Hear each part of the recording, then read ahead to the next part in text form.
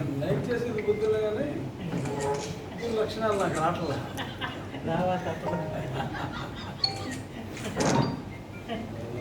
బుద్ధి ఉంది కానీ బుద్ధుల లక్షణాలు లేవు.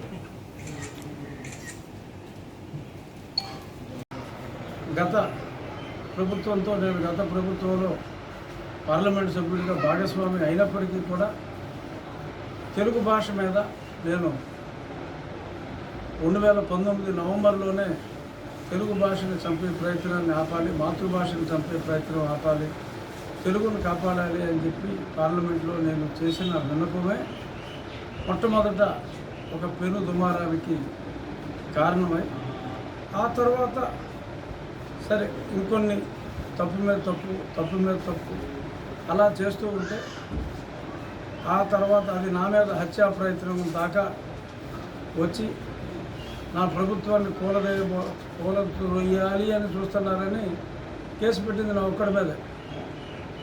ఈ పాయింట్ మీరు నోట్ చేసుకోవాలి.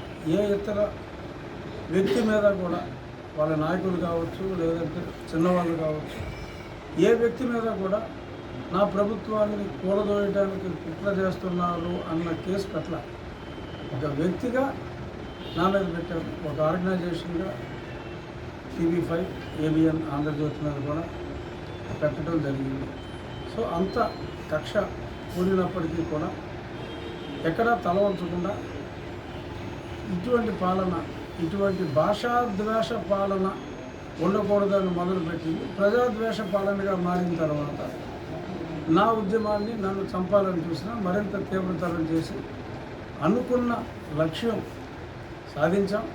మరి ఆ సందర్భంగా కూడా నేను వెంటనే తిరుపతి స్వామికి మొక్కటి వెళ్ళటం, అందులో భాగంగా మరి ఎప్పటి నుంచి ఉన్న నా ఈ కళ కూడా తీరిపోవటం చాలా సంతోషంగా ఉంది. పాయింట్ ఏంటంటే నా భాషాభిమానం నా ప్రాణాల మీదకి తీసుకొచ్చినప్పటికీ అది ఓకే. తర్వాత ఎందరో కారణం అయినప్పటికీ ఈరోజు రాష్ట్రాల్లో జరిగిన లోక కళ్యాణం అనండి, రాష్ట్ర కళ్యాణం అనండి, ఆ రాష్ట్ర కళ్యాణ మంటపానికి తొలి ఇటుక పేర్చిన వ్యక్తిగా నాకు చాలా సాటిస్ఫాక్షన్ ఉంది. ఎందరో ప్రజలు గుర్తించిన, కొందరు గుర్తించకపోయినా ఆ గుర్తింపు కోసం నేను ఈ యజ్ఞం ప్రారంభించలేదు. ప్రజలకి ఆత్మగౌరవంతో ఉండాలి, రాజ్యాంగంలో ఉన్న ప్రాథమిక హక్కులు ప్రజలకు తిరిగి అందాలి, దుష్ట పరిపాలన ఉండకూడదు అనే ప్రయత్నం కోసమే నేను నా పోరాటం అనండి, లేదంటే ఆ వ్యక్తిని గెలపాలన్న ఆరాటం అనండి, మరేదైనా అనుకోండి. చాలామంది ఇంకో రకంగా కూడా అనుకుంటున్నారు. ఏదనుకున్నా నా వ్యక్తిగతంగా నేను మొదలుపెట్టిన పోరాటం సెల్ఫ్ రెస్పెక్ట్ అనేది ప్రతి వాడికి ఉంటుంది. అది నా ఒక్కడికే కాదు, రాష్ట్ర ప్రజలకు కూడా ఉంటుంది. వ్యక్తీకరించడంలో మరి అందరికీ ధైర్యం ఉండకపోవచ్చు. వాళ్ళ భావ వ్యక్తీకరణ ఓటు అనే ఆయుధం ద్వారా తెలియజేసి వాళ్ళందరూ కూడా అద్భుతమైన విజయాన్ని ఈరోజు బుద్ధప్రసాద్ గారు ఉన్న పార్టీని కానీ, నేనున్న పార్టీని కానీ, భారతీయ జనతా పార్టీని కానీ ఆ వ్యక్తిగతంగా వారు పడిన వ్యధ ఓట్ల రూపంలో మా 3 పార్టీలకి అద్భుతమైన విజయాన్ని చేకూర్చింది. ఈ సందర్భంగా ప్రజలకు ఇచ్చిన మాట నిలబెట్టుకుంటూ సుపరిపాలన జరగాలని మనస్ఫూర్తిగా కోరుకుంటూ ఈ ప్రభుత్వానికి ఆ వెంకటేశ్వర స్వామి ఆశీస్సులు, మీ మోపిదేవి సుబ్రహ్మణ్య స్వామి ఆశీస్సులు, మా పార్టీలకు సంబంధం లేదు. ఆయన సాహిత్యాభిమాని, భాషాభిమాని. ఆయనకున్నంత సాహిత్యంలో ప్రవేశం లేకపోయినప్పటికీ నేను సాహిత్యాన్ని ఆస్వాదించేవాడిని.